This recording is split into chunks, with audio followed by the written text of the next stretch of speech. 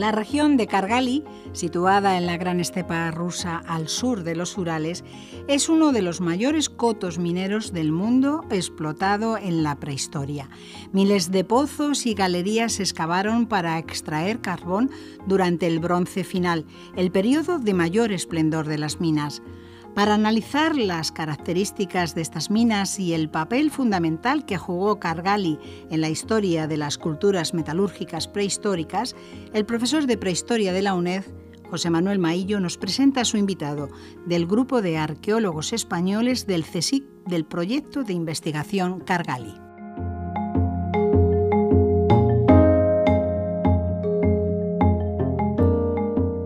Hola, ¿qué tal? Buenos días, bienvenidos.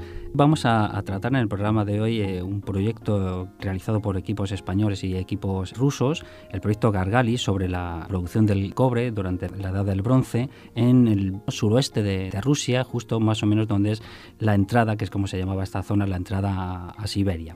Para ello tenemos a uno de sus componentes del proyecto, que es el profesor Juan Vicent, que es investigador científico del CSIC, del Instituto de Historia, del Departamento de Arqueología y Procesos Sociales y además investigador principal del grupo Prehistoria Social y Económica. ¿Qué tal, Juan? ¿Cómo estás? Hola, encantado de estar aquí. Bueno, en principio ya lo he anunciado un poco, ¿no? El proyecto que llevasteis a cabo en Rusia, el proyecto Kargali, que bueno, ya hemos dicho que está en el suroeste de Rusia, justo en la entrada con Siberia. ¿Qué objetivos teníais básicos cuando decidisteis trabajar en la zona?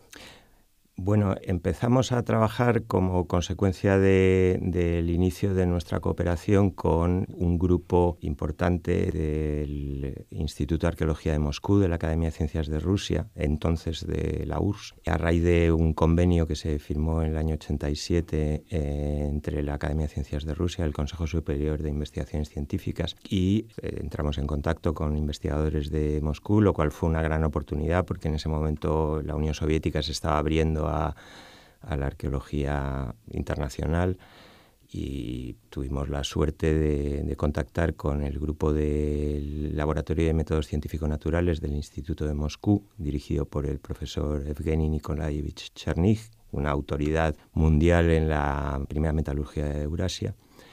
Y dio la casualidad de que este grupo estaba en aquel momento empezando las exploraciones en un conjunto de yacimientos muy importante, que es el coto minero de Kargali, en la región de Orenburg, que está efectivamente en la cuenca media del río Ural, al sur de los Urales y al norte de lo que actualmente es Kazajstán. Y tuvimos la suerte, de congeniar bastante bien con ellos, de ser muy bien acogidos y de tener nosotros enfoques de trabajo muy complementarios con lo que ellos estaban haciendo. Así que a partir del 93 nos involucramos en este proyecto y estuvimos trabajando allí pues hasta terminar los objetivos que nos habíamos planteado en 2010. Pues hemos mantenido ahí una presencia.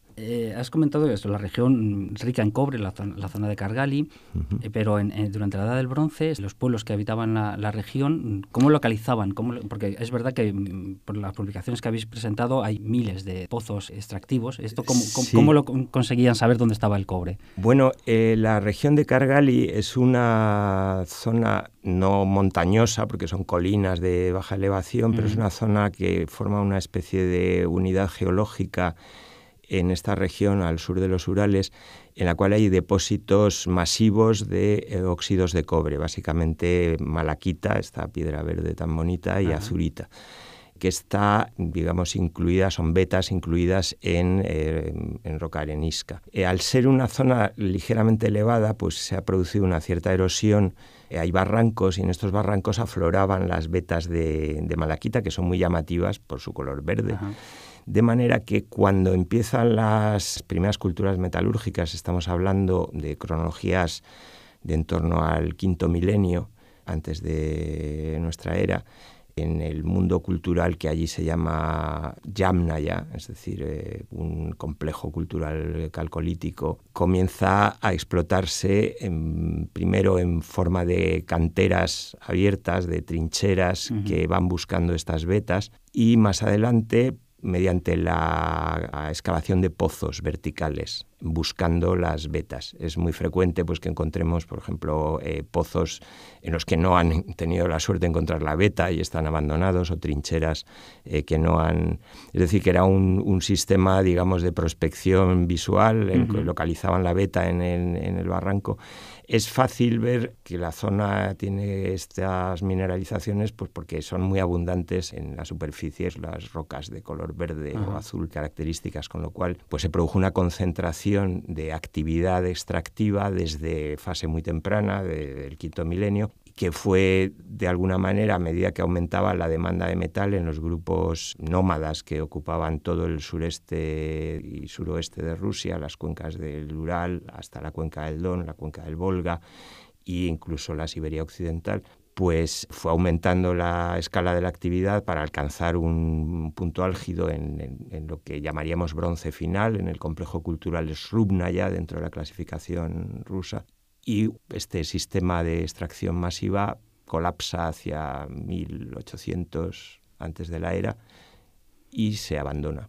Y esta región, para que nuestros oyentes se hagan una idea, la zona extractiva, ¿qué superficie tiene? ¿Y sabéis también el número de pozos más o menos que puede existir? El coto minero de Kargali ocupaba unos 2.500 kilómetros cuadrados, es decir, es tremendamente extenso. Hay unas 7 u 8 regiones dentro de este coto de mineralizaciones y zonas en las que no afloran estas vetas a una profundidad suficiente como para poder ser alcanzadas.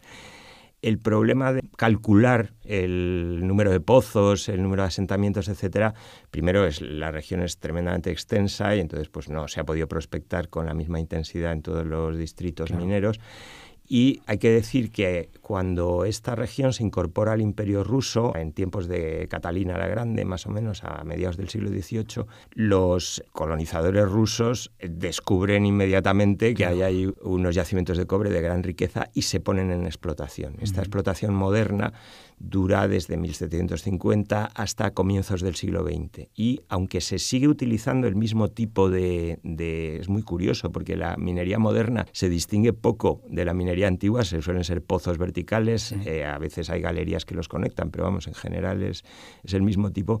Pues claro, la minería moderna enmascara en parte la minería antigua. De hecho, los ingenieros rusos, y tenemos textos que se han manejado en los archivos también que lo explican, utilizaban la minería prehistórica como guía para abrir nuevos pozos y nuevas explotaciones. Esta explotación es muy intensa, entonces hay que utilizar criterios arqueológicos para reconstruir la extensión de la minería prehistórica. Me has comentado que estos métodos arqueológicos que tenéis que poner en práctica para distinguir la moderna y la antigua está basada en el uso de las herramientas que se utilizaron, ¿no? Sí, esto es muy interesante porque efectivamente la minería prehistórica utiliza básicamente herramientas de hueso, lo cual resulta contraintuitivo porque hay que perforar las capas de arenisca, etcétera. Pero la arenisca es una roca muy blanda y los instrumentos hechos con huesos largos de bóvidos, básicamente, permiten ir rascando la arenisca, descomponiéndola y funcionan de manera muy eficiente. Hemos hecho experimentos en el contexto del proyecto utilizando comparativamente estas herramientas de hueso que las encontramos en los asentamientos que hemos excavado en distintos grados de desgaste, etcétera, etcétera, o sea, es fácil. Y herramientas modernas de metal y resultan ser más eficientes las herramientas de hueso. ¿Qué ocurre? Que en la minería del 18-19 se utiliza herramientas de metal y esto, las improntas del corte de las herramientas de metal en los pozos de mina discriminan muy fácilmente lo que es obra minera prehistórica y los trabajos mineros más recientes. Esto es una buena guía, digamos. Resulta interesantísimo, desde luego, sí. Oye, Juan, ¿y por qué en torno al 1800, 1700 antes de Cristo colapsa los grupos Sí, de esto Kargali? es bastante interesante. De alguna manera, nosotros entramos en el proyecto con la idea de contrastar hipótesis en torno a las posibles efectos ambientales de la minería. Es decir, nuestros colegas rusos, después de constatar que hay un abandono de los asentamientos permanentes asociados a la extracción minera, habían más o menos desarrollado hipótesis sobre la posibilidad de que este abandono este colapso se debiera a una catástrofe ecológica provocada por la sobreexplotación de los recursos forestales ocasionados por la demanda de madera para la metalurgia. Entonces, nosotros que trabajamos básicamente en mi grupo en concreto, concreto en temas paleoambientales, pues nos propusimos descubrir las huellas de este impacto catastrófico de la metalurgia. Y lo cierto es que fuimos cambiando de imagen a medida que avanzaba la investigación, porque no parece que este impacto tuviera las dimensiones necesarias como para justificar el abandono de la metalurgia, el abandono de los asentamientos, porque lo cierto es que lo que ocurre al final de la Edad del Bronce es que se abandonan los asentamientos, no que se abandona la región. Vuelven, digamos, las poblaciones que la ocupan, vuelven a ser exclusivamente nómadas, son muy poco visibles arqueológicamente, solo indirectamente, y bueno, si tienes la suerte de localizar un campamento, etc. La justificación quizá se debe al proceso económico-político, es decir, al desaparecer con la introducción de la metalurgia del hierro, etcétera, y la demanda masiva de mineral de cobre por parte de las poblaciones del entorno de Kargali, posiblemente los asentamientos permanentes de mineros dejan de ser viables económicamente. Entonces el cobre se vuelve a explotar a una escala mucho más reducida y de forma oportunista por los grupos nómadas que ocupan la región, pero la escala de la explotación deja de tener sentido en un mundo en el cual esa mercancía, por llamarlo de alguna manera, no es tan apreciada como lo era en el momento, digamos, de esplendor de las culturas de la Edad del Bronce, en el cual era prácticamente el único recurso metálico. Entonces, hay unas causas de tipo histórico y económico-político, y no unas causas de determinismo ambiental, por decirlo así. O sea, hemos evolucionado también en la complejidad de nuestras teorías. Claro, porque esto me imagino que implicaría, ya vamos a ir cerrando, el hecho de que, claro, unas sociedades que son generalmente nómadas, se asientan, hay un comercio, este tipo de cobre que se venden, que se intercambia, o que se trata en tortas, no se trata en objetos manufacturados, pero pierden interés, por así decirlo, cambia la moda. Sí, hay menos demanda y probablemente el tipo de economía que estaba sustentando asentamientos permanentes en los cuales los mineros podían vivir allí asentados en un entorno en el cual prácticamente no hay agricultura, porque es una zona con un clima que en condiciones paleotécnicas impide la agricultura. De hecho, hasta el siglo XVIII-XIX pues no se implanta una producción agrícola en la zona. Vivían básicamente de intercambiar estas escorias enriquecidas o el propio mineral por animales, por vacas. Hemos encontrado cantidades ingentes de huesos de bóvido en los poblados mineros. En el momento en el que no existe una demanda tan grande, pues probablemente no se hace sostenible el pasarse ahí todo el año. Pues se acabó el negocio, claro. Claro, efectivamente. Y esa es más o menos la hipótesis que ahora barajamos. Muy bien, Juan, pues muchísimas gracias por acercarnos someramente, porque el tiempo no ha dado para más, lo que habéis hecho en el proyecto Kargali en el sur de Rusia, y espero que les haya interesado a nuestros oyentes y hasta una próxima cita. Muchas gracias. Yo también lo espero. Encantado. Hasta luego.